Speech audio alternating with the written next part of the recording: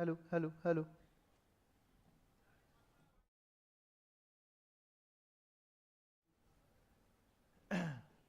Yes, guys.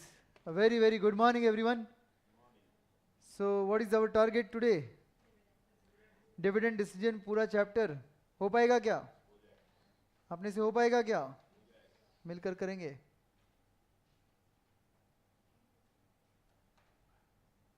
चलिए, I will start the session.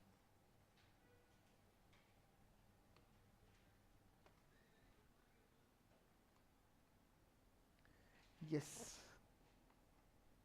तो आज का सेशन लगभग 1 घंटे के अंदर खत्म हो जाएगा। हम लोग बहुत फोकस्ड वे में कुछ चीज़ें कवर करेंगे। इस चैप्टर में 5 और 5 10 चीज़ें हमको कवर करनी है। 5 + 5 टोटल 10 चीज़ें हमको कवर करनी है। बहुत ही स्कोरिंग चैप्टर होता है ये आपके सिलेबस का, जिसका नाम है dividend decision.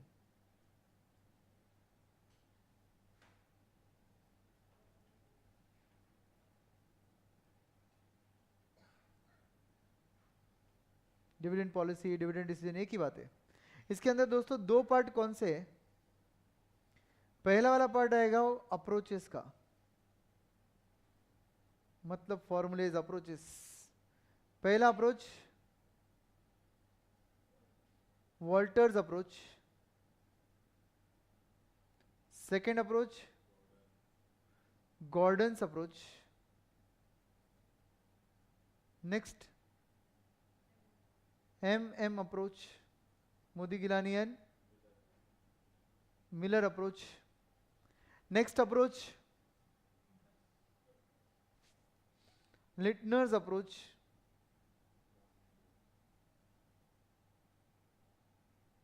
And the last approach traditional, जिसका नाम है, एक और नाम है इसका, ग्राहम एंड टोड अप्रोच।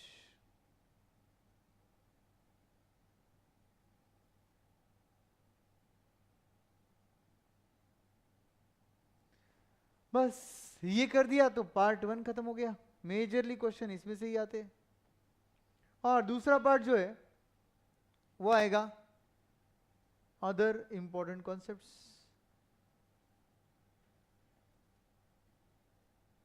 इस चैप्टर के अदर इंपॉर्टेंट कॉन्सेप्ट्स कौन से आते हैं दोस्तों? बायबैक ऑफ शेयर्स, मतलब ये डिविडेंड के अल्टरनेटिव्स है एक्चुअली। बायबैक ऑफ शेयर्स, दूसरा राइट इशू, तीसरा स्टॉक का स्प्लिट, याद आया? स्टॉक स्प्लिट, 1 शेयर के 2 शेयर होना, 4 शेयर होना। एंड चौथा आता है रिवर्स स्प्लिट। रिवर्स स्प्लिट का मतलब होता है 2 शेयर का 1 शेयर बनना, 10 शेयर का 1 शेयर बनना। रिवर्स स्प्लिट जैसे अभी लेटेस्ट में नेस्ले ने किया। एंड पांचवा आइटम आता है बोनस शेयर्स। बोनस शेयर्स खत्म है गाइस चैप्टर। अगर ये 5 और 5 10 आइटम कर लोगे तो ये चैप्टर ही खत्म है। 10 मार्क पक्के एग्जाम में, 5 से 10 मार्क का तो इस चैप्टर में से आने ही वाला है। ठीक है, तो चलिए दोस्तों, सबसे पहले स्टार्ट करते हैं अपना वॉल्टर अप्रोच। पहला अप्रोच वॉल्टर अप्रोच क्या बोलता है आपको? वॉल्टर्स अप्रोच बोलता है भैया फर्म जो है वो 3 टाइप के होते हैं। एक होता है ग्रोथ फर्म, एक होता है स्टेबल फर्म, एक होता है डिक्लाइनिंग फर्म। ग्रोथ फर्म वो होता है जिसका रिटर्न IRR KE से ज्यादा होता है। स्टेबल फर्म होता है जिसका रिटर्न मतलब IRR KE के इक्वल होता है। और declining firm obviously IRR less than KE होता है।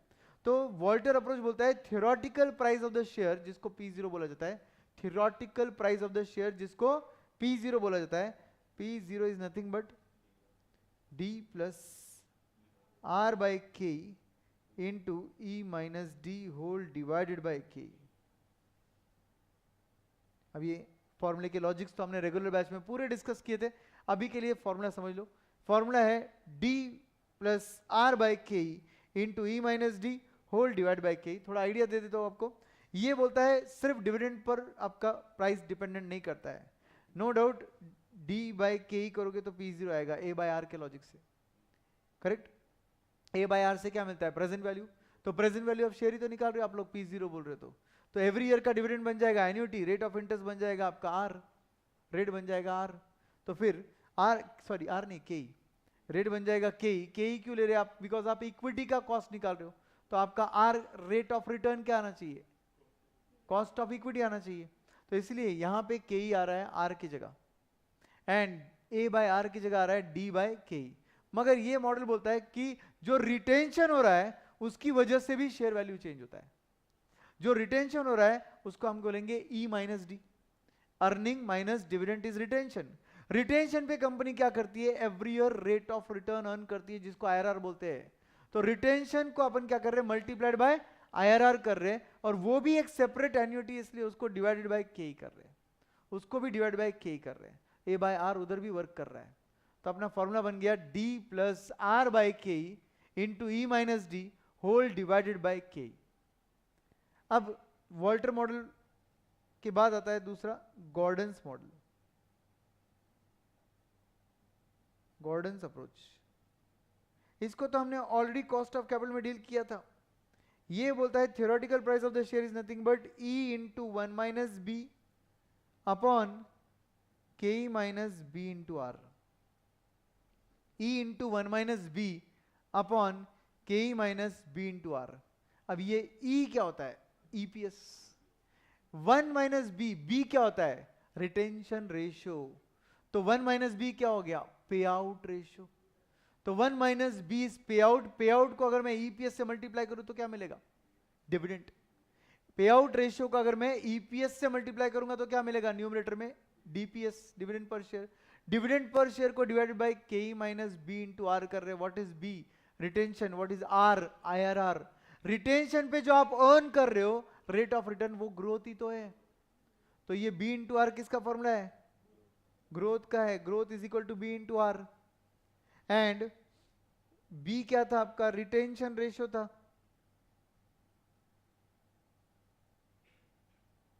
तो 1 माइनस बी क्या हो जाएगा, पे आउट रेशियो, 1 माइनस बी हो जाएगा पे आउट रेशियो। पे आउट रेशियो को अगर आप ईपीएस पर अप्लाई कर दोगे तो ऑब्वियसली आपको डीपीएस मिल जाएगा, तो फॉर्मूला वही तो बन रहा है जो अपन ने कॉस्ट ऑफ कैपिटल में देखा था, क्या फॉर्मूला देखा था, D1 upon K minus G is equal to P0 because K is equal to P D1 upon, इधर लिखता हूं मैं, K is equal to D1 upon P0 plus G, याद आया क्या, इंटू 100। इसी को मॉडिफाई करो जरा और P0 बनाओ। पहले क्या करना पड़ेगा आपको, डायरेक्ट P0 नहीं कर सकते अपन, K minus G is equal to D1 upon P0 करना पड़ेगा, and therefore P0 is equal to क्या हो जाएगा, D1 अपॉन के माइनस जी। तो ये लोग भी तो वही बोल रहे हैं आपको, इधर का न्यूमरेटर भी तो डिविडेंड ही है, और अपॉन के माइनस जी तो हो रहा है, जी की जगह बी इंटू आर बोला जा रहा है, समझे क्या, फॉर्मूला वही है, बस उसका रूप अलग है, लिखने का स्टाइल अलग है, बट फॉर्मूला तो वही है। तो ये बन गया गॉर्डन्स, गॉर्डन हो या वॉल्टर हो दोनों के लिए लॉजिक वही है जो अपन ने बोला था, वैसे इन दोनों के लिए लॉजिक वही है, आर ग्रेटर देन के ही रहेगा, या तो आर इज इक्वल टू के ही रहेगा, या तो आर लेस देन के ही रहेगा। अगर आर ग्रेटर देन के ही है तो इस फर्म को ग्रोथ फर्म बोलते हैं, और इस केस में डिविडेंड ये लोग रिकमेंड करते हैं कम से कम दो, मतलब 0% दो। अगर R इज इक्वल टू के ही है तो इसको ये लोग बुलाते हैं स्टेबल फर्म, और उस केस में ये लोग बोलते हैं डिविडेंड ज्यादा से ज्यादा दो, मतलब 100%। एंड अगर सॉरी स्टेबल है ना ये, तो स्टेबल में तो डिविडेंड कुछ भी दो, डिविडेंड कितना दो, 0 से लेकर 100 कुछ भी दे सकते हो आप, कोई प्रॉब्लम नहीं है, क्योंकि स्टेबल फर्म में आप जितना एक्सपेक्ट कर रहे हो फर्म उतना ही कमा रहा है, पैसा किसके हाथ में रहेगा फर्क नहीं गिरेगा। एंड अगर R लेस देन के ही रहेगा तो अब जो अपन ने गलती से लिखा था वो आएगा, डिविडेंड इज इक्वल टू 100% आएगा, मैक्सिमम डिविडेंड। इसको क्या बुलाते हैं फर्म को, declining firm.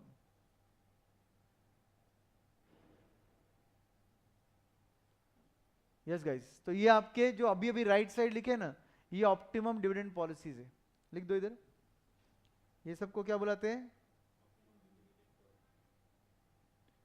Optimum dividend policy. अगर क्वेश्चन एग्जाम में आता है ऑप्टिमम डिविडेंड पॉलिसी के बारे में, तो ऑब्वियसली आप बोलोगे भाई पहले देख लेते फर्म ग्रोथ है, डिक्लाइनिंग है या स्टेबल है, अकॉर्डिंगली रिकमेंड करेंगे। याद रखिए ऑप्टिमम डिविडेंड पॉलिसी पे प्राइस, थियोरेटिकल प्राइस जो आप उधर निकाल रहे हो वो हाईएस्ट आता है, लिख दो चाहिए तो, note at optimum dividend policy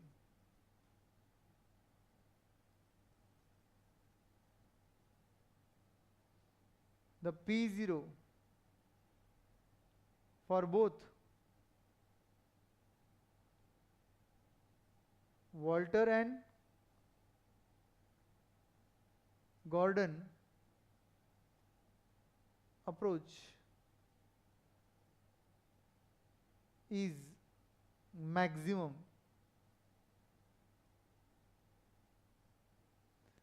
at optimum dividend policy P0 for both Gordon and Walter is maximum. मतलब आप ये देख लो पहले कौन सी फर्म है, अकॉर्डिंगली डिसाइड कर लो डिविडेंड पॉलिसी क्या होना चाहिए। एक बार डिविडेंड पॉलिसी डिसाइड कर लिया ऑप्टिमम क्या होना चाहिए, वो अगर फॉलो कर रहे हो तो वहां के फॉर्मूले में जहां पर भी रिटेंशन है या डिविडेंड है बराबर वो पॉलिसी के हिसाब से ही नंबर लिखो, आपका जो वैल्यू आएगा वो सबसे हाईएस्ट आएगा। समझ गए? तो दो क्वेश्चन आते हैं इसमें, एक एग्जिस्टिंग पॉलिसी पे क्या प्राइस है वो बताओ, और दूसरा ऑप्टिमम पॉलिसी क्या होनी चाहिए और उस पर प्राइस क्या आ रहा है वो बताओ।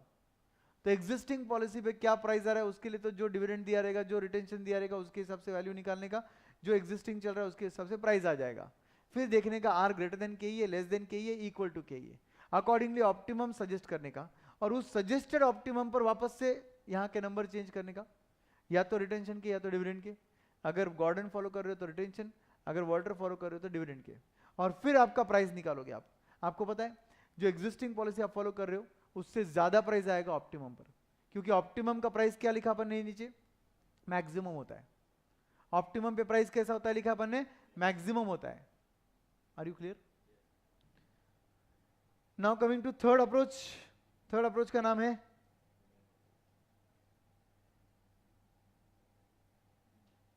MM approach, Modigliani and Miller approach.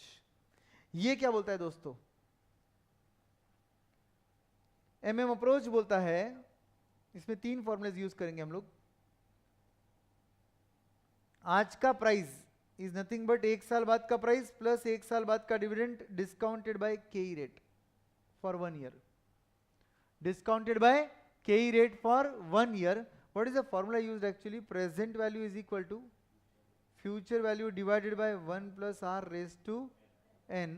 अब वो रेस टू n क्यों नहीं लिख रहे, बिकॉज रेस टू 1 है वो, तो 1 प्लस आर 1 प्लस KE, यहां पर मैं रेस टू 1 लिखूं या नहीं लिखूं क्या फर्क गिरेगा, कुछ भी फर्क नहीं गिरेगा। तो जो भी मेरे शेयर का वैल्यू रहेगा एक साल बाद, और जो भी मेरा शेयर एक साल बाद डिविडेंड देगा, उनका आज का वैल्यू मेरा आज का शेयर का वैल्यू है। It is that simple. Share एक साल बाद जो दे रहा है उसको तुम आज के वैल्यू पे ला लो, आज का वैल्यू आ जाएगा।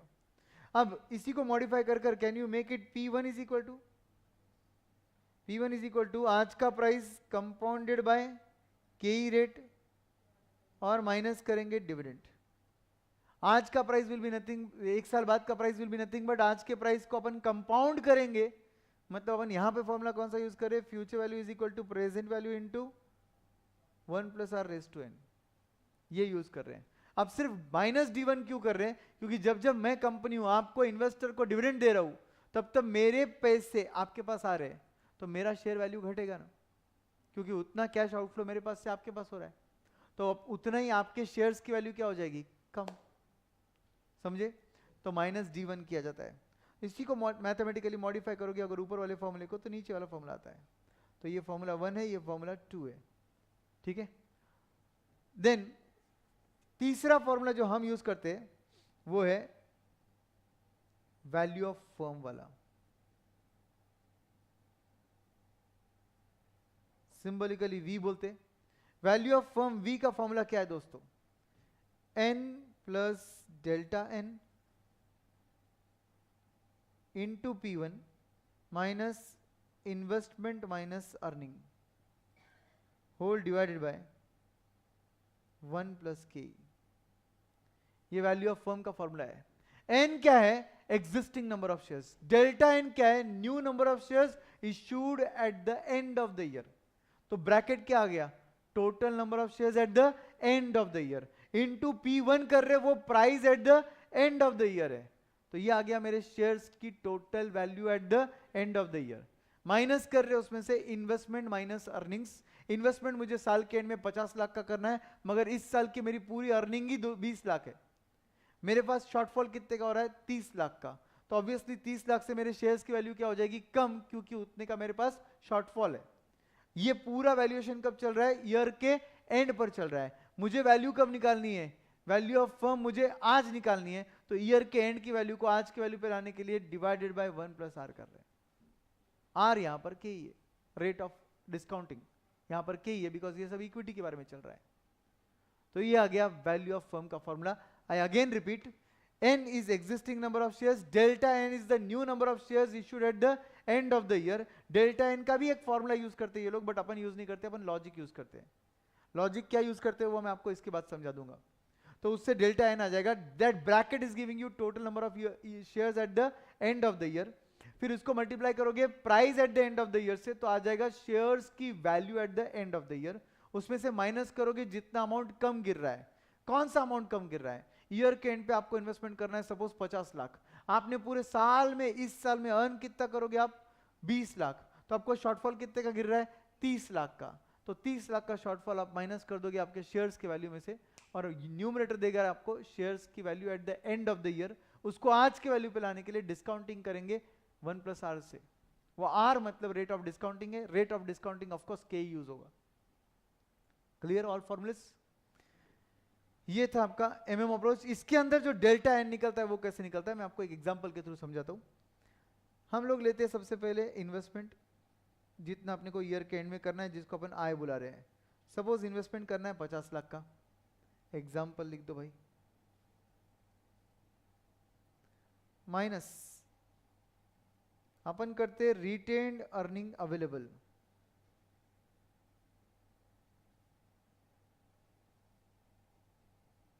तो रिटेन अर्निंग अवेलेबल कैसे आएगा? जितना भी अर्निंग था माइनस करना पड़ेगा डिविडेंड, और उसको मल्टीप्लाई करना पड़ेगा नंबर ऑफ शेयर्स के साथ। उसको मल्टीप्लाई करना पड़ेगा नंबर ऑफ शेयर्स के साथ।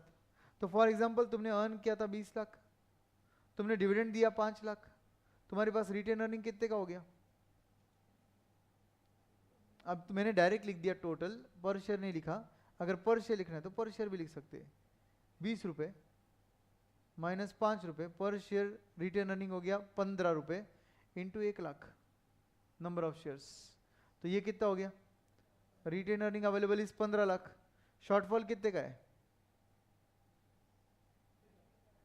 कितना पैसा कम गिर रहा है? Funds raised by fresh issue of equity.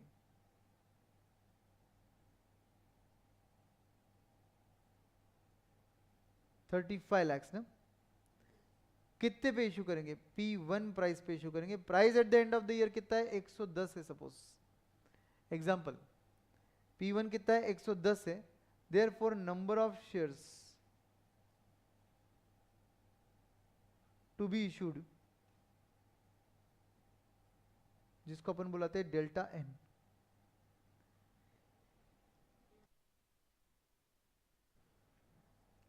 कैसे आएगा? 35 लाख डिवाइड बाय 110 कितना था?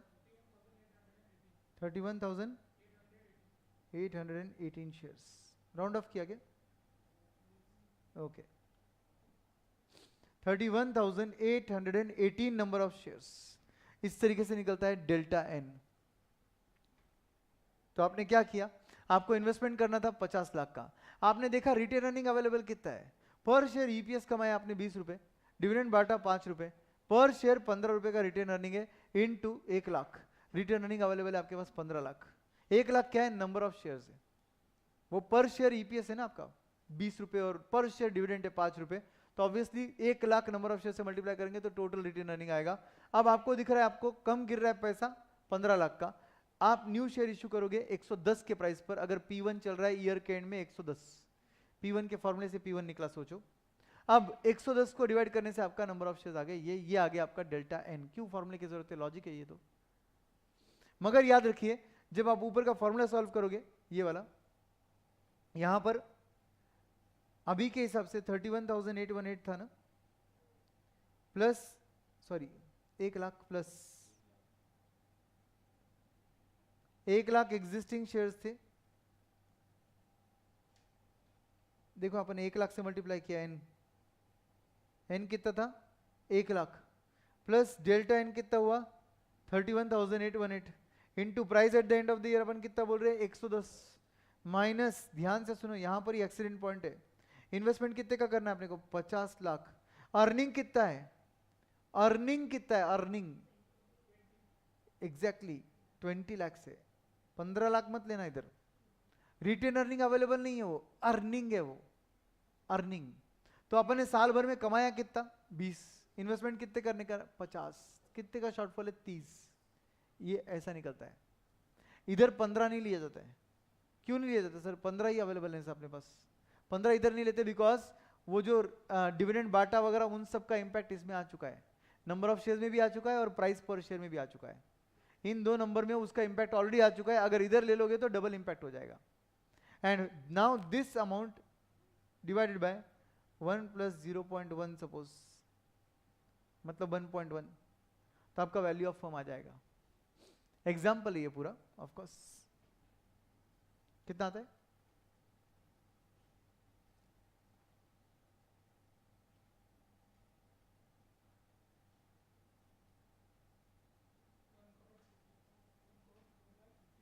1,04,54,527। जस्ट एग्जाम्पल सॉल्व किया अपन ने, but for your understanding I just wanted to show you कि कैसे डेल्टा एन निकलता है, कैसे नंबर्स इधर पुटअप होते हैं वगैरह सब कुछ। एज गुड एज अपन ने क्वेश्चन सॉल्व किया जैसे ही हो गया, उसमें सिर्फ P1 निकाला नहीं अपन ने, P1 रेडीमेड लिया 110, P1 कैसे निकलता है वो भी निकाल लेते हैं। P1 कैसे निकलता है, P0 इंटू 1 प्लस के माइनस D1, ऐसे निकलता है। तो सपोज अभी का प्राइस है, जाने दो, वो निकालेंगे तो क्रॉस चेक नहीं होगा, नंबर्स वेरीफाई करना पड़ेगा ना फिर उस केस में। ये फॉर्मूले से क्या निकलेगा आपका 110, समझ में आ गया सब कुछ। और 1 lakh number of shares sir वो क्या है सर, वो तो एन है जो एग्जिस्टिंग शेयर्स है, वो क्वेश्चन में दिए रहते। So this is your MM approach. अब आगे बात करते हैं, एमएम अप्रोच के बाद हम जाते हैं नेक्स्ट अप्रोच, फोर्थ अप्रोच, जिसको बोलते हैं लिटनर्स अप्रोच।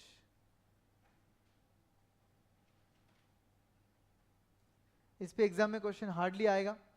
तो लिटनर्स अप्रोच बोलता है dividend of year 1 is nothing but last year जितना डिविडेंड दिया था वो तो बिंदास दे दो, प्लस इस बार के ईपीएस को मल्टीप्लाई करो टारगेट पे आउट के साथ, लिखो मतलब इस बार के ईपीएस को मल्टीप्लाई करो टारगेट पे आउट के साथ, और फिर माइनस करो लास्ट ईयर जितना भी डिविडेंड दिया था उससे, समझेगा आपको कि एक्स्ट्रा डिविडेंड कितना देना है आपको, और उसको आप एडजस्टमेंट फैक्टर से मल्टीप्लाई कर दो। I will explain you with numbers, अच्छे से समझेगा आपको। सपोज लास्ट ईयर मैंने डिविडेंड दिया था 5 रुपए, इस बार का ईपीएस है सपोज 10, और मुझे टारगेट पे आउट है मेरे दिमाग में 80% पे करने का। तो ये मॉडल क्या बोलता है, लास्ट ईयर तूने दिया था 5, अब तू सोच रहा है डायरेक्टली 8 देगा, 5 से 8 पे जंप अच्छा नहीं है, धीरे धीरे जा। तो 5, अब ये जो 8 देने की इच्छा थी, इस 8 में से 5 लेस करो, ये 3 रुपए क्या आ गया जो तुमको एक्स्ट्रा देना है। वो जो एक्स्ट्रा देना है ना, उस पर ये बोलते हैं लगाओ ना adjustment factor 0.7। What is that, speed of adjustment. अपन अपने टारगेट पर पहुंचने का स्पीड है वो क्वेश्चन में दिया रहता है एडजस्टमेंट फैक्टर, वो कंपनी का पॉलिसी होता है। तो एडजस्टमेंट फैक्टर अगर 0.7 है तो इसका मतलब मेरा 5 तो मुझे देने में कोई हरकत ही नहीं है, वो जो एक्स्ट्रा ऊपर का 3 देना है ना, उसको मैं एडजस्टमेंट फैक्टर से मल्टीप्लाई कर रहा हूँ। तो मैं कितना दे सकता हूँ फिर, 7.1 आता है। तो मैं 7.1 का डिविडेंड दूंगा नेक्स्ट ईयर में। नेक्स्ट ईयर का डिविडेंड कितना होना चाहिए, उसके लिए लिटनर्स अप्रोच आपको हेल्प करता है। इस लॉजिक से लिख लो, dividend of year 1 is nothing but अभी का डिविडेंड प्लस जो लास्ट डिविडेंड दिया था वो प्लस जितना भी अभी का ईपीएस है इनटू टारगेट पे आउट कर दो,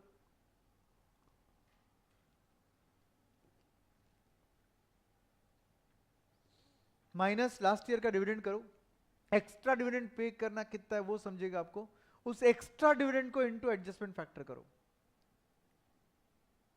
एक्स्ट्रा डिविडेंड को इनटू एडजस्टमेंट फैक्टर करो, आपको मिल जाएगा आपका D1।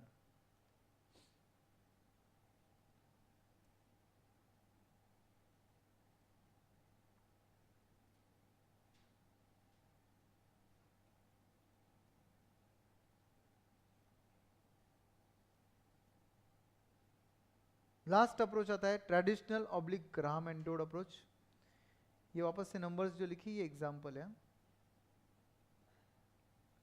Graham and Dodd approach ये भी एग्जाम में रेयरली आएगा, पॉसिबिलिटी बहुत कम है।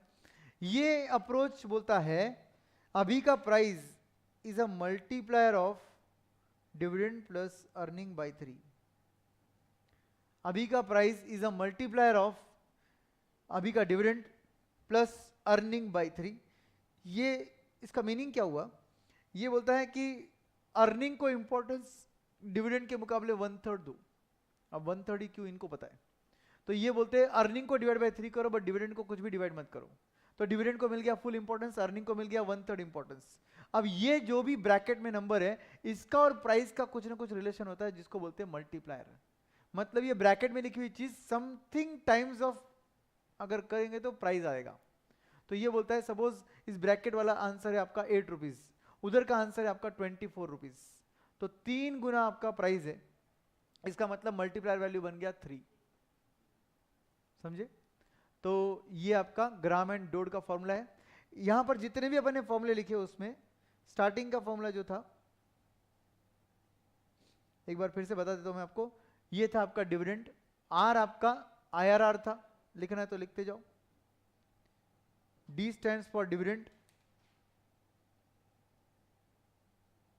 per share, DPS लिख दो, DPS।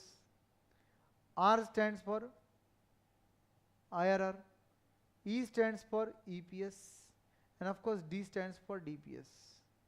के ही तो आपको पता ही है। नीचे का E जो है ये EPS है, ये जो B है ये रिटेंशन रेशियो है,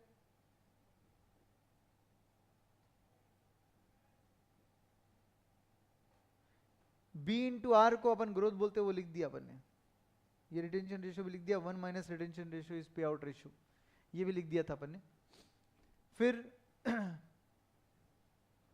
ये तो आपको पता ही है P1 D1, ये तो बहुत सिंपल है। N क्या था बोलो? एग्जिस्टिंग नंबर ऑफ शेयर्स है ये। तो डेल्टा N क्या है? New shares, new number of shares. कब इशू हो रहा है new number of shares? Year के एंड पर। P1 तो आप सबको पता है price at the end of the year है। आय क्या है? इन्वेस्टमेंट कब करना है? ईयर के एंड में। ई क्या है? अर्निंग अवेलेबल नहीं, अर्निंग है वो, अर्निंग अर्नड है वो, अवेलेबल नहीं देख रहे अपन, इसलिए तो 15 लाख की जगह 20 लाख लिया ना। वो आपका अर्निंग होता है जितना भी आपने साल भर में कमाया, दैट्स इट। और ये जो होता है M, ये क्या होता है? इसको मल्टीप्लायर बोलते हैं। वो कुछ नहीं कर रहा है, ये वाला साइड और ये वाले साइड के बीच के रिलेशनशिप का मल्टीप्लायर ढूंढ रहा है। तो वो क्वेश्चन में दिया रहता है मल्टीप्लायर, आपको प्राइस निकालना होता है, या फिर कभी कभी आपको प्राइस देंगे और मल्टीप्लायर निकालने बोलेंगे। फॉर्मूले में तो ऑब्वियसली कुछ भी चीज मिसिंग हो सकती है ना आपके लिए। कभी कभी क्वेश्चन में ऐसा होता है अर्निंग देते वो लोग और अर्निंग का कितना % पे आउट है वो देते हैं। तो ऐसे केस में ऑब्वियसली आपका लिखने का तरीका क्या हो जाएगा? Price is equal to suppose multiplier 2 times है इनटू डिविडेंड आपका 10, डिविडेंड दिया नहीं है बट आपको बोला है ईपीएस 10 रुपया है, तो अपन ईपीएस को 10 रुपये को डिवाइड बाय 3 कर देंगे। मगर ध्यान से सुनो, अगर पे आउट रेशियो 20% है तो ये आ जाएगा पॉइंट, सपोज 2 मिनट के लिए सोचते चलो, ईपीएस भी नहीं दिया है मगर पे आउट रेशियो 20% है, तो इस तरीके से लिखना पड़ेगा उसको। और भी कॉम्प्लिकेट कर दिया मैंने उसको। डिविडेंड नहीं दिया है, अर्निंग भी नहीं दिया है, मगर अर्निंग का कितना पे आउट होता है वो दिया है। तो कैन वी से 20% of earning is dividend, 0.2 E is my dividend, and now E by 3 कर देंगे, प्राइस क्वेश्चन में दिया रहेगा, सपोज प्राइस इज 40 रुपीज, बस आपको वो अर्निंग निकालने बोल रहे हैं। समझा एग्जाम्पल? तो इस तरीके से आप आपका अर्निंग भी निकाल सकते हो। Got it? एग्जाम्पल है ये वो बस। ऐसे टाइप के क्वेश्चन आपको क्वेश्चनर बुक में मिल जाएंगे, ठीक है? Questioner book is a very good compilation of all the questions, obviously subject to the condition that you don't refer the answers.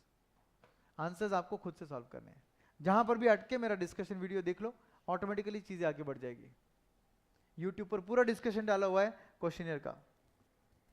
Questionnaire पूरा डाला हुआ है टेलीग्राम पर। और क्या चाहिए जिंदगी में आपको? सब कुछ रेडी है, सिर्फ सॉल्व करना आपको है, ठीक है? तो ये पूरे अप्रोचेस हो गए आपके। आपका यहां पर क्या कंप्लीट हुआ मन में? Part 1 of this chapter. Exact अपने को स्टार्ट किए हुए 40 मिनट्स हुए और अपने 40 मिनट्स में पार्ट 1 कंप्लीट किया। अब पार्ट 2 की बारी। पार्ट 2 पर आते हैं दोस्तों। पार्ट 2 में पहली चीज अपने क्या लिखा था? सिक्वेंशियली वैसे ही चलते, बोलो।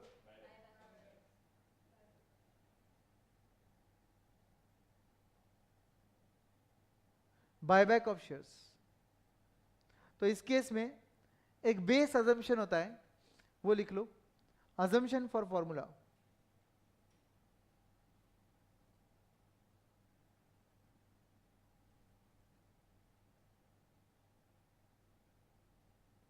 मार्केट कैप, जिसको मार्केट कैपिटलाइजेशन बोलते हैं, मार्केट कैपिटलाइजेशन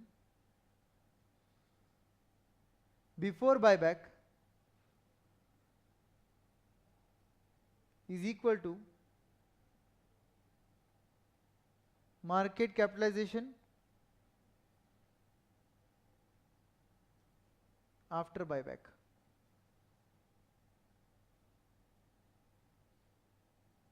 थोड़ा अच्छे से लिख लेता हूं मैं। Market capitalisation before buyback is equal to market capitalization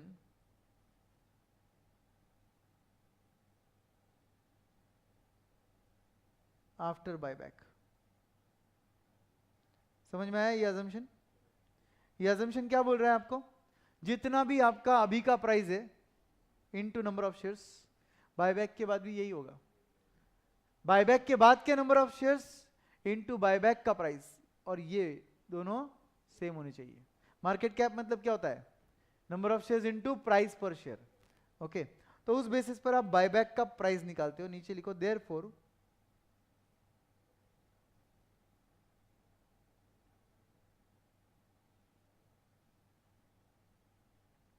buyback price is equal to, याद आ रहा है कुछ formula? S into P0, number of shares before buyback is S into P0 is price पर share before buyback upon S minus N। What is S? Number of shares before buyback. What is N? Number of shares bought back. तो denominator क्या बना? Number of shares before buyback minus number of shares bought back करेंगे तो number of shares after buyback बचता है। तो ध्यान से सुनो, सपोज फॉर एग्जांपल आपके नंबर ऑफ शेयर्स थे 10 लाख, पर शेयर प्राइस था 5, तो आपका मार्केट कैप कितने का था? 50 लाख का था ना? एंड आपके number of shares before buyback 10 थे, आपको बायबैक करने थे सपोज 2 लाख शेयर्स, तो आपके number of shares after buyback कितने बचेंगे? 8 लाख। तो आपका बायबैक प्राइस कितना आना चाहिए? 6.25। अभी का प्राइस कितना है? 5। मगर ये बोल रहा है बायबैक करो 6.25 में। अगर तुम बायबैक कर लोगे 6.25 में तो क्या होगा? जो आज का मार्केट कैप है आपका 50 लाख का, वो मेंटेन हो जाएगा, क्योंकि 50 लाख को divide by remaining number of shares करोगे तो बराबर प्राइस ये आ रहा है। इसी प्राइस पर अगर तुम बाय कर रहे हो तो मार्केट में बायबैक के बाद ये प्राइस टिक जाएगा। मार्केट में बायबैक के बाद अगर ये प्राइस टिक गया तो टेक कैलसी 6.25 into remaining number of shares कितने? 8 लाख। करके देखो 50 लाख आता है, तो आपका मार्केट कैप मेंटेन हो जाएगा। कुछ समझ रहे कनेक्शन? इसको बोलते हैं buy back price.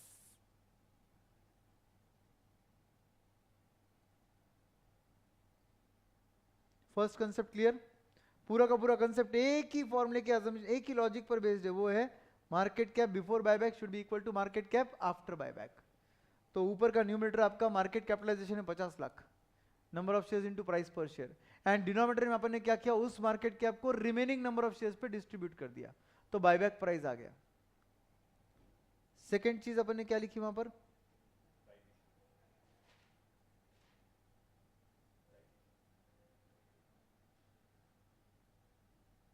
Right issue of shares. What is right issue of share? उस टाइम पर आपको एक कंसेप्ट आना चाहिए, वो है ex right price. What is ex right price? मतलब राइट इश्यू के बाद का प्राइस, उसको क्या बोलते हैं, एक्स राइट प्राइस। तो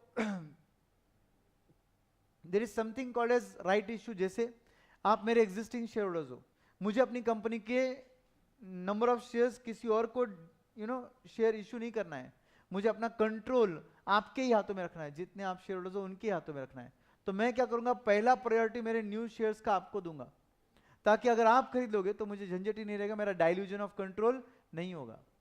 अगर 100 शेयर होल्डर्स पहले से थे तो अभी भी 100 शेयर होल्डर ही रहेंगे, क्योंकि जो मेरे एडिशनल शेयर इशू किए वो भी उन्हीं को गए हैं। तो उससे क्या होता है, कॉन्फ्लिक्ट कम होते, बाहर के शेयर होल्डर्स कम ऐड होंगे, तो इसलिए शेयर इशू किया जाता है राइट इशू। तो एग्जिस्टिंग शेयर होल्डर्स को अगर इशू कर रहे शेयर्स, तो ऑब्वियसली हम कुछ ना कुछ उनको गाजर दिखाएंगे तभी वो खरीदेंगे। गाजर दिखाना है मतलब क्या करना है, आप उनको कम दाम में शेयर इशू करो।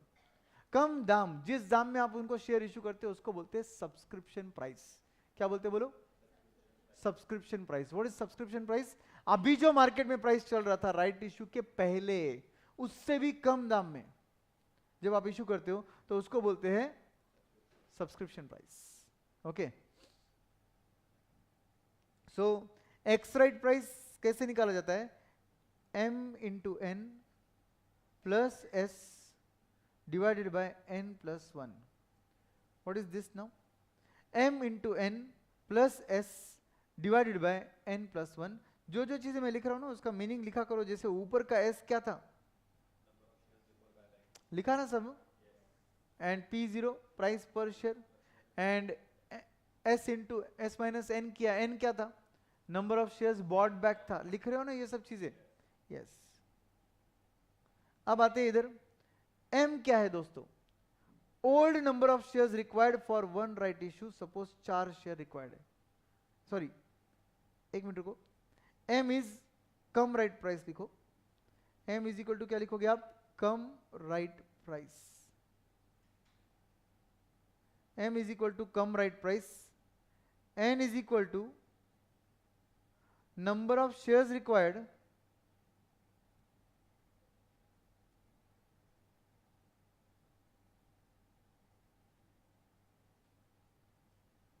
for one right issue. N is number of shares required for one right issue. S is equal to subscription price per share.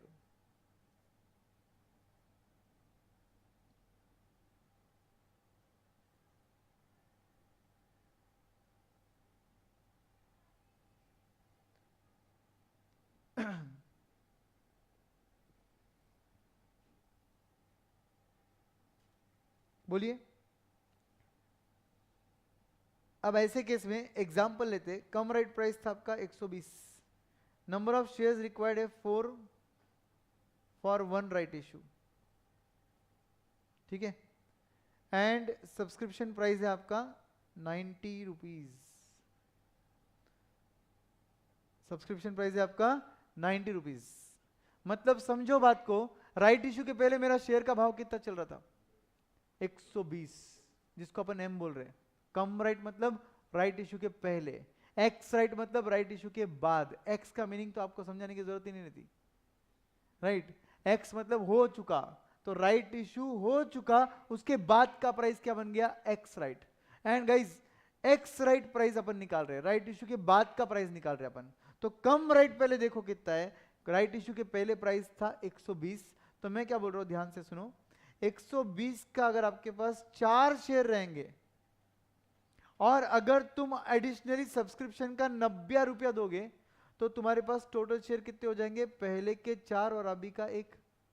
तो बस मैं उस टोटल वैल्यू को 5 शेयर पे डिवाइड कर रहा हूं। लॉजिक समझा?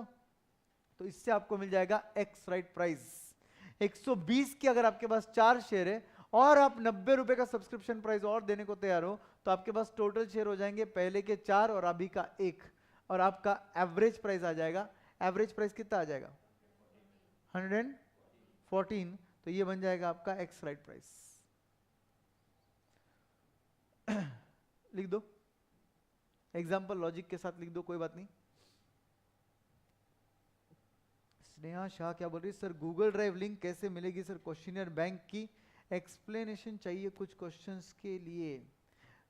गूगल ड्राइव लिंक की जरूरत नहीं है आपको, डायरेक्टली यूट्यूब पर जाना आप, तेरा कोर्स मेरा गाइडेंस, ये यूट्यूब चैनल का नाम है, लिख लो तेरा कोर्स मेरा गाइडेंस। ये कोर्स, ये यूट्यूब चैनल पे आपको जाना है, ये यूट्यूब चैनल पे एक सेपरेट प्लेलिस्ट बनी है एफएम क्वेश्चनर, बस वहां से आपको सभी वीडियोस मिल जाएंगे क्वेश्चनर डिस्कशन के।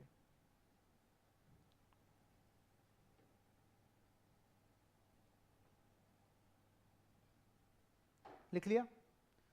अब कभी कभी ये लोग पूछते हैं आपको वैल्यू ऑफ राइट अलोन निकालो,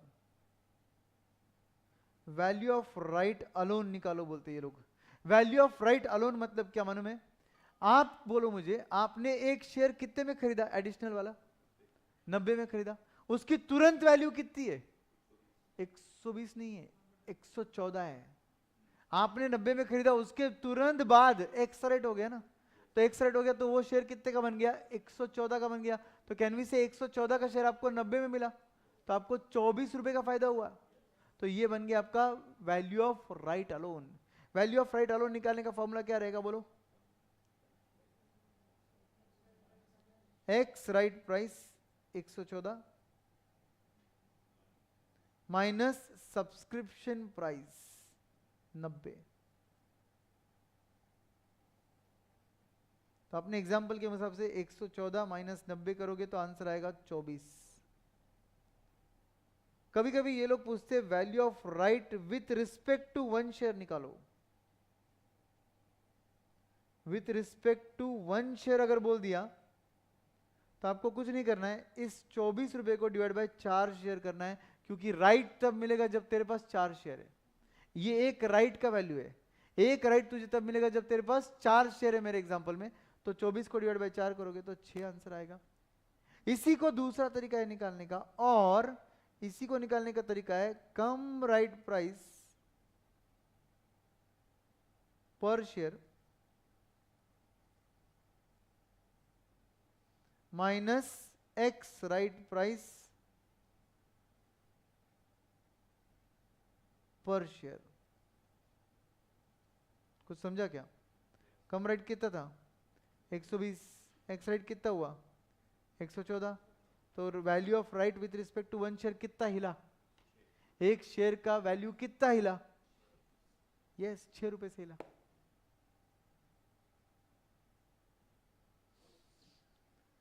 एक शेयर का वैल्यू 6 रुपए से हिला, is nothing but value of right with respect to 1 share.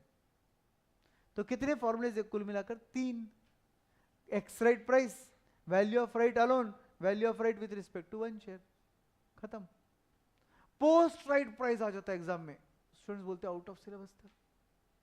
Post right क्या होता है, आफ्टर राइट मतलब क्या, ex right. Post right price, नाम सिर्फ चेंज कर रहे हो, आपको कंटेंट नहीं चेंज होता है उसकी वजह से। समझ में आ गया? तो ये था आपका दूसरा कॉन्सेप्ट जो इंपॉर्टेंट था। तीसरा कॉन्सेप्ट दोस्तों बहुत सिंपल है, शेयर का स्प्लिट, स्टॉक स्प्लिट लिख दो उधर, शेयर स्प्लिट से अच्छा स्टॉक स्प्लिट लिखो। फोर्थ उसी के नीचे लिखो रिवर्स स्प्लिट, और फिफ्थ उसी के नीचे लिख दो बोनस शेयर।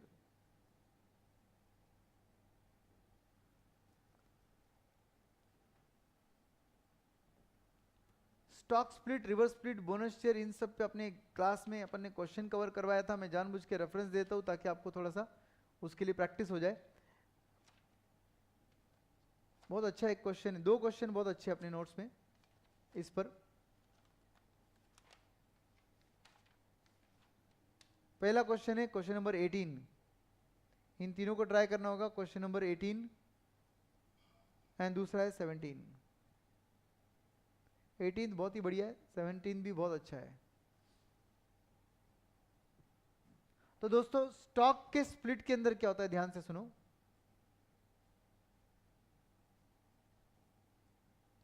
स्टॉक का स्प्लिट 2:1 लिखा जाता है। What is 2:1? लिखो आगे, 2 shares for every 1 share held. कैसे पढ़ा जाता है इसको? 2 shares for every 1 share held. अब आप बोलो दोस्तों, 2 shares for every 1 share held अगर रहेगा तो इसका मतलब अगर 1 शेयर है तुम्हारे पास तो उसके जगह तुमको 2 शेयर मिल रहे कि एडिशनल 2 मिल रहे? उसकी जगह 2 मिल रहे हैं। अगर तुम्हारे पास 1 शेयर है तो वो गायब हो जाएगा और उसकी जगह 2 शेयर आ जाएंगे। इसको बोलते हैं उस एक स्टॉक को अपन ने स्प्लिट कर दिया। नाम से समझ रहा है क्या? स्टॉक को स्प्लिट किया। अगर 10:1 रहेगा तो 10 शेयर फॉर एवरी 1 शेयर, तो 1 शेयर गायब हो जाएगा और उसकी जगह 10 शेयर आ जाएंगे अकाउंट में। जैसे कि बजाज फाइनेंशियल सर्विसेज ने किया, नेस्ले ने एक्चुअली स्टॉक स्प्लिट किया, रिवर्स स्प्लिट नहीं किया। स्टॉक का स्प्लिट किया, 25,000 का आसपास का एक शेयर था, 26,000 के आसपास का, उसको 10 शेयर में डिस्ट्रीब्यूट किया उन्होंने। तो जिसके पास 1 शेयर थे उसके पास और 10 नहीं आए, 10 आए। इसका मतलब 26,000 का एक शेयर गायब हुआ और 10 शेयर दिखने लगे 2,600 रुपए ईच। समझा? तो इस तरीके से आपका स्टॉक स्प्लिट चलता है। स्टॉक स्प्लिट के हद तक 2 मिनट के लिए बैलेंस शीट इमेजिन करो।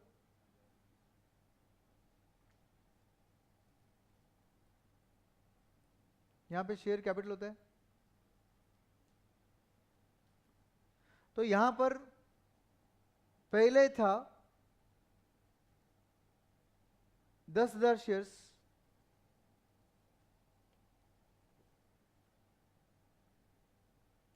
Face value 10 each, 1 lakh. After this what will happen, you know? 20,000 shares, face value 5 each, अभी भी 1 lakh. This is before, this is after. क्या किया समझा क्या? 10,000 शेयर्स को गायब कर दिया, 20,000 शेयर ला लिया। 2:1 है ना, 2 share for every 1 share held. तो 10,000 शेयर्स अगर आपके पास रहेंगे तो टेक्निकली क्या हुआ रहेगा, सोचो। 10,000 को डिवाइडेड बाय 1 इंटू 2 किया रहेगा इन्होंने। For every 1 share you are getting 2 shares. मैं जानबूझ के इसका कैलकुलेशन कर रहा हूं बिकॉज कभी कभी ये लोग बोलते for every 3 you are getting 2, तो ऑब्वियसली उस टाइम पे आपको ऐसा करना पड़ेगा। समझे? For every 3 you are getting 2 नहीं, for every 3 you are getting 7 suppose. बराबर है कि नहीं? स्टॉक स्प्लिट हो रहा है ना, तो 3 स्टॉक साथ में स्प्लिट हो रहे। तो फॉर एवरी 3 अगर वो लोग बोलते 7 मिलेंगे तो डिवाइड बाय 3 करना पड़ेगा और इंटू 7 करना पड़ेगा। समझे कि नहीं? 3 शेयर्स कितने में स्प्लिट हुए? 7 में हो गए, तो 3 गायब हो जाएगा और 7 आ जाएंगे। समझे? तो इस तरीके से आपके नंबर ऑफ शेयर्स चेंज होते हैं। फेस वैल्यू भी बिल्कुल ऐसे ही चेंज होता है। फेस वैल्यू के लिए क्या करना पड़ता है?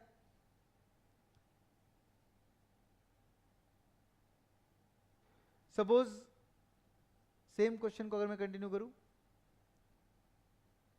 3 और 7 को गायब कर रहा हूं मैं, यहां पर लिख रहा हूं for every 1 you are getting 2, ठीक है?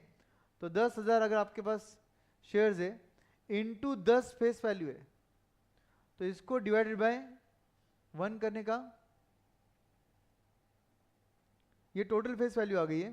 तो टोटल फेस वैल्यू को actually divide by number of shares, मतलब अपन 2 कर देंगे ना, नहीं, total number of shares after ये करना पड़ेगा स्टॉक स्प्लिट, 20,000 करना पड़ेगा। क्या किया समझा क्या? 10,000 शेयर्स मेरे पास थे before split, 10,000 number of shares थे मेरे पास before split, into face value कितना था 10, क्या आ गया 1 लाख बोलो, total value 1 lakh total value लिख दिया मैंने। उस टोटल 1 लाख वैल्यू को अब डिस्ट्रीब्यूट कर रहा हूं मैं 20,000 शेयर्स में। मतलब इन शॉर्ट ऊपर वाला लॉजिक और कुछ नहीं है, ये इसको मैं इसको डिवाइड कर रहा हूं, 1 लाख के वैल्यू को मैं डिवाइडेड बाय 20,000 शेयर करूंगा तो पर शेयर फेस वैल्यू आ जाएगी 5। इसका आंसर कितना आएगा 5। ये देखो इधर लिखा है 5। तो एक्चुअली स्टॉक स्प्लिट में बोलने का मतलब बहुत सिंपल है, स्टॉक स्प्लिट में शेयर स्प्लिट होंगे तो एग्जिस्टिंग शेयर गायब होके न्यू शेयर्स आ जाएंगे, ठीक है। फेस वैल्यू घट जाता है क्योंकि नंबर ऑफ शेयर्स बढ़ जाते हैं, और अल्टीमेटली मुझे शेयर कैपिटल के सामने अमाउंट उतना ही लिखना होता है जितना पहले था। मेरे शेयर कैपिटल का अमाउंट चेंज नहीं होता है, फिर क्या चेंज होता है, नंबर ऑफ शेयर्स, वैल्यू पर शेयर, फेस वैल्यू पर शेयर, ये चेंज होता है। अभी भी आप देख लो दोनों के सामने अमाउंट कितना लिखा है बैलेंस शीट में 1 लाख से नीचे क्या चेंज हुआ है, नंबर ऑफ शेयर्स डबल हो गए, फेस वैल्यू आधा हो गया। अलग क्या है, हार्ड क्या है, कुछ नहीं, समझे। Point to be noted, share capital का अमाउंट सेम है। आपको करना क्या है फिर, वो वैल्यू को रिवाइज नंबर ऑफ शेयर्स में डिस्ट्रीब्यूट करना है, तो फेस वैल्यू पर शेयर आ जाएगा, समझा। अब एग्जाम में अगर ये क्वेश्चन एमसीक्यू में आता तो वेल एंड गुड इजीली आ जाएगा, बट अगर एग्जाम में ये क्वेश्चन नंबर 17 जैसे आ जाता है जिसमें आपको वो हर एक वर्किंग बताने को बोल रहे हैं, तो ऑब्वियसली आपको ऐसे कैलकुलेशंस करने पड़ेंगे, समझे कि नहीं। तो ये आ गया 5 रुपीज क्या फेस वैल्यू पर शेयर। ये 20,000 क्या आया बोलो, 20,000 शेयर्स आ गए, number of shares after split. Sir come right वाला एक बार समझा दीजिए प्लीज, एक्स राइट प्राइस में कैसे इंक्लूड हुआ है?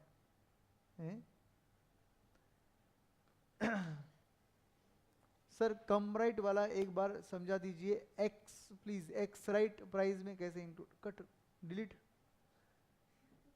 अरे डरते क्यों यार, बोलो कुछ रहा तो अपन डिस्कस करेंगे, कोई प्रॉब्लम नहीं है। कम राइट मतलब राइट इशू के पहले वाला प्राइस था बेटा, वो प्राइस 120 था मेरे एग्जांपल में, और एक्स राइट प्राइस तो 114 हुआ, तो राइट इशू के पहले प्राइस था 120, राइट इशू के बाद प्राइस हो गया 114, तो 6 रुपए से वैल्यू घट गई। किसकी वजह से हुआ ये, राइट इशू की वजह से हुआ। तो अपन बोल रहे value of right with respect to 1 share 6 रुपया है, क्योंकि 6 रुपए से राइट इशू के बाद वैल्यू क्या हो गई, घट गई। और वो घटी क्यों, क्योंकि तुमने एक शेयर सब्सिडाइज रेट में बेचा ना, तुमने 120 की जगह शेयर कितने में बेचा है, 90 में बेचा है, और उस 90 का इफेक्ट तुम 5 शेयर में डिस्ट्रीब्यूट कर रहे हो ना। यहाँ पे 4 शेयर की वैल्यू है, ये 90 का एक सब्सिडाइज रेट वाला शेयर है, ऑब्वियसली ये टोटल वैल्यू जो होगी ये थोड़ी सब्सिडाइज होगी बिकॉज ऑफ दिस 90, एंड इसीलिए इसको तुम 5 में जब डिस्ट्रीब्यूट करोगे तो वैल्यू 120 से कम ही आने वाली है। तो याद रखिए कभी भी राइट इशू के बाद वैल्यू घटती ही है, इसलिए राइट इशू को कभी इग्नोर नहीं करना चाहिए। उस पर भी एक क्वेश्चन है, मालूम है ना आपको, 1-2 क्वेश्चन है। राइट इशू को इग्नोर कर दिया तो वेल्थ ऑफ शेयर होल्डर कम होता है। राइट इशू को या तो आप राइट इशू अप्लाई कर लो, शेयर खरीद लो, अगर आपको शेयर नहीं खरीदना है तो रिनाउंस कर दो आप। रिनाउंस मतलब क्या, बेच दो। राइट इशू बेच भी सकते हो ना आप, तो राइट इशू बेचना चाहिए या तो शेयर खरीदना चाहिए, छोड़ना नहीं चाहिए। सर क्लियर हो गया, ओके। सूरज पूछ रहा है anyone from face to face, मैं हूं ना, मैं ही आपके फेस टू फेस में था, कुछ पूछना है तो पूछ लीजिए, व्हाट्सएप नंबर है आपके पास। चलो स्टॉक स्प्लिट क्लियर है। अब अगर रिवर्स स्प्लिट की बात करूं मैं,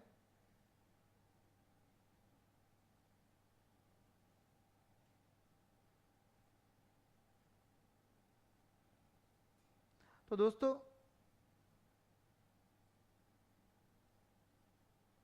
रिवर्स स्प्लिट में उल्टा होता है, एग्जैक्टली उल्टा होता है। मतलब क्या होता है, यहां पर लिखा जाता है 1:2। How do you read this, 1 share for every 2 shares held. मतलब अगर तेरे पास 2 शेयर्स है तो उसके अभी एक ही शेयर बन जाएंगे। तो ऐसे केस में लॉजिक्स क्या होंगे, ध्यान से सुनो। जैसे मैंने पहले बताया वैसे 1 लाख को मेंटेन करना है मुझे, 1 लाख को चेंज करना है क्या मुझे, बिल्कुल नहीं। 1 लाख मेंटेन करना है, 1 लाख को चेंज बिल्कुल नहीं करना है। ठीक है।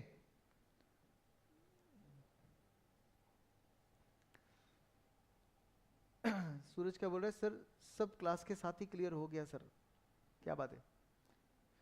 तो ध्यान से सुनो, 1,00,000 वैल्यू था, 1,00,000 अभी भी वैल्यू मेंटेन उतना ही करना है, तो चेंज क्या करना है फिर, वापस से वही दो चीजें चेंज करनी है, number of shares and face value पर शेयर। अब आप बोलिए, अगर आप एक शेयर देने वाले हो फॉर एवरी 2, तो किसी के पास अभी टोटल सबके पास कितने शेयर्स है, 10,000 है। For every 2 you are giving 1, तो टोटल शेयर कितने बन जाएंगे, 5,000 न्यू शेयर्स बन जाएंगे। तो यहां पर नंबर ऑफ शेयर्स कितने लिखूंगा मैं, 5,000। और हर एक का फेस वैल्यू क्या करना पड़ेगा, कॉमन सेंस है, अगर 1,00,000 ही मेंटेन करना है तो 1,00,000 को डिवाइड बाय 5,000 करूंगा तो 20 रुपीज। समझा कि नहीं। तो अब एग्जाम में प्रेजेंटेशन करते वक्त यही करोगे आप, 1,00,000 डिवाइडेड बाय 5,000। 1,00,000 का भी एक्सप्लेनेशन अगर आपको करना है तो 10,000 इंटू 10, इससे डिटेल क्या वर्किंग करोगे आप एग्जाम में। तो आपको 20 रुपए का वैल्यू निकालना है, तो कैसे निकालोगे बोलो, 10,000 इंटू 10 इज 1,00,000, 1,00,000 को डिवाइड बाय 5,000 शेयर्स करेंगे। क्या समझा क्या अच्छे से। तो इस तरीके से आपका रिवर्स स्प्लिट का वर्किंग होता है। रिवर्स स्प्लिट हो या स्प्लिट हो, आपके शेयर कैपिटल का अमाउंट चेंज नहीं हुआ, नहीं हुआ, बिल्कुल नहीं हुआ। क्या चेंज हुआ, number of shares, face value पर शेयर। स्प्लिट कर रहे हो ना, अब ये सब छोड़ दो, ये तो कैलकुलेशन हो गया, कॉमन सेंस यूज करो। स्प्लिट कर रहे हो, नंबर ऑफ शेयर्स बढ़ने वाले कि घटने वाले, बढ़ने वाले, तो फेस वैल्यू घटा ना, क्योंकि तुझे मल्टीप्लाई करके वैल्यू सेम रखना है। रिवर्स स्प्लिट में उल्टा सोच, दैट्स इट, समझ गए। अब आता है लास्ट पॉइंट, बोनस शेयर्स। तो गाइस बोनस शेयर्स में क्या होता है,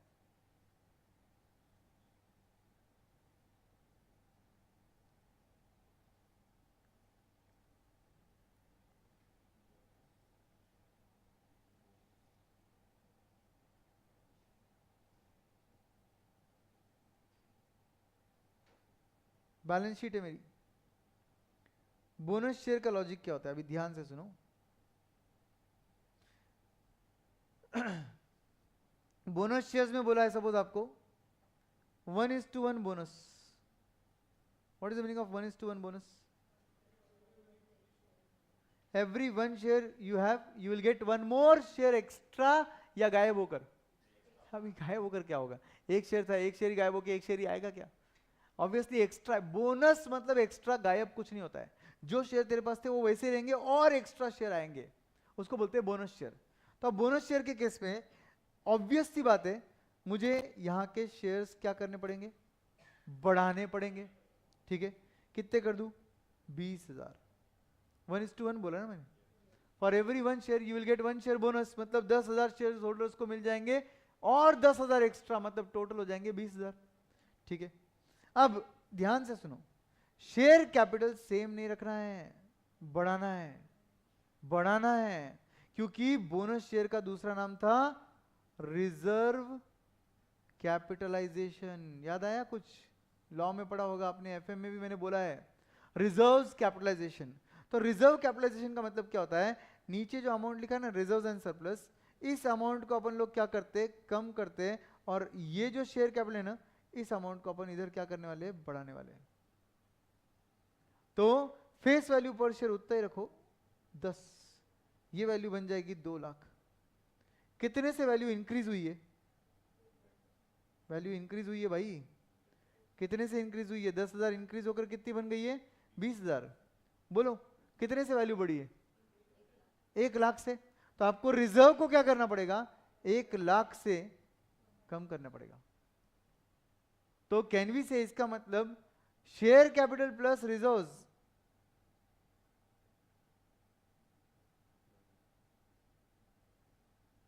इज इक्वल टू, जिसको अपन इक्विटी बोलते हैं ना, इक्विटी, ये इक्विटी के सामने अमाउंट सेम रहेगा, बट शेयर कैपिटल का अमाउंट बढ़ेगा और रिजर्व्स का अमाउंट कम होगा, इक्वल से। जितने से शेयर कैपिटल बढ़ा उतने से रिजर्व्स घटेगा। बोनस का रूल भी आपने लॉ में पढ़ा रहेगा, सिक्योरिटीज प्रीमियम में से बोनस दिया जाता है वगैरह, कब बोनस दे सकते वो भी रूल्स है लॉ में। Obviously I am not here to tell you sections, मुझे तो लॉ के प्रोविजंस भी याद नहीं आ रहे, बट यस इतना जरूर याद आ रहा है कि लॉ में बोनस शेयर्स पहले सिक्योरिटीज प्रीमियम में से देते और फिर बाद में ऑर्डर दिया उन्होंने कुछ फ्री रिजर्व्स, करेक्ट। तो गाइस इस तरीके से आप बोनस शेयर में करते हो। बोनस शेयर के केस में आपके शेयर कैपिटल के सामने की अमाउंट जो है वो बढ़ जाती है और इक्वल अमाउंट कम हो जाती है, कहां से? रिजर्व्स में से। And total share capital plus reserves का अमाउंट जो आएगा वो सेम आएगा, मगर उनका इंटरनल कंपोजिशन जो है वो चेंज होगा। याद रखिए बोनस शेयर में नंबर ऑफ शेयर्स बढ़ जाते हैं, फेस वैल्यू सेम रहता है, फेस वैल्यू सेम रहता है एवरीवन। फेस वैल्यू को अगर तुम कम कर दोगे ना तो शेयर कैपिटल का अमाउंट सेम रहेगा, अपने को शेयर कैपिटल का अमाउंट सेम नहीं रखना है। बट मुद्दे की बात पे आते हैं अभी एक, what will happen to market price पर शेयर बोनस शेयर के बाद? जैसे फेस वैल्यू सेम था वैसे मार्केट वैल्यू भी सेम रहेगा क्या? नहीं। मार्केट वैल्यू अगर सपोज एक शेयर का इधर फेस वैल्यू था 10 रुपए, मार्केट वैल्यू सपोज 50 रुपए, कितना है? 50 रुपए। तो 10,000 इंटू 50 करेंगे तो 5 लाख का मार्केट कैपिटलाइजेशन आ गया। याद रखिए बोनस शेयर के बाद में भी मार्केट कैपिटलाइजेशन 5 लाख ही रहता है। अगर बोनस शेयर से मार्केट कैपिटलाइजेशन बढ़ता ना तो हर कंपनी bonus share bonus share bonus share bonus share issue करके स्मॉल कैप से मिड कैप से लार्ज कैप बन जाती। समझे? कंपनी का वैल्यूएशन ऐसा थोड़ा ना बढ़ता है। तो इसीलिए जब जब बोनस शेयर होता है तो होता क्या है, फिर पहले वाला 5 लाख कितने शेयर्स में डिस्ट्रीब्यूटेड था? 10,000। अब वही 5 लाख 20,000 शेयर में डिस्ट्रीब्यूट होकर वैल्यू पर शेयर बन जाएगी 25। ये क्या बात कर रहा हूं मैं, किसके बारे में बात कर रहा हूं? मार्केट प्राइस पर share, before bonus share, after bonus share. I hope आपको समझा है। बोनस शेयर्स के केस में फेस वैल्यू सेम क्यों रखना है? क्योंकि शेयर कैपिटल का अमाउंट से बढ़ाना है, करेक्ट। उतने से ही रिजर्व्स का अमाउंट क्या कर दोगे? कम कर दोगे। ये हो गया बुक वैल्यू। बट मार्केट तो रियल में मार्केट होता है ना, डिमांड सप्लाई पे चलता है वो। जैसे ही तुमने नंबर ऑफ शेयर्स डबल कर दिए वैल्यू आधी हो जाएगी, क्योंकि कंपनी का जो मार्केट कैपिटलाइजेशन था जितना था उतना ही रहेगा। समझे? So this was your bonus share का कंसेप्ट। इस पर प्रैक्टिस करना होगा। Question number 17, 18 from your regular notes, and इसके ऊपर कुछ और भी क्वेश्चन मिल सकते हैं आपको क्वेश्चन डिस्कशन में। Are you clear everyone? तो यहां पर हम एंड कर रहे हैं हमारे डिविडेंड पॉलिसी, डिविडेंड डिसीजंस। कितने कॉन्सेप्ट्स हमने कवर किए? पूरे 10। ये आपके इस चैप्टर का समरी भी बोल सकते हैं आप, ठीक है। चलिए कल का टारगेट है हमारा वर्किंग कैपिटल, हमारे सिलेबस का लास्ट टॉपिक ऑफ कोर्स, और उसके अंदर हम 2 दिन इन्वेस्ट करेंगे।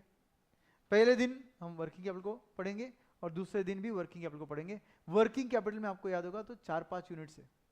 Normal management of working capital है, मैनेजमेंट ऑफ अकाउंट्स रिसीवेबल है, मैनेजमेंट ऑफ अकाउंट्स पेएबल है, इन्वेंट्री मैनेजमेंट है एंड कैश मैनेजमेंट है। तो टोटल 5 यूनिट्स है। इसमें से पांचों के पांचों मैं आपको 2 दिन में कवर कराऊंगा, ठीक है। तो कल मिलते हैं रेगुलर टाइम पर, कल मतलब मंडे को, ठीक है। Bye bye, take care, see you. Date क्या है मंडे को? 11th है, कोई प्रॉब्लम नहीं। 11th शायद शेड्यूल में चेंज हो सकता है, मेरे डॉटर्स का बर्थडे है, तो मेरे टेलीग्राम चैनल पर मैं आपको अपडेट कर देता हूँ। शायद क्लास ना भी हो, अगर नहीं हुआ तो कोई बात नहीं, 12th को ले लेंगे, ठीक है। चलो बाय बाय।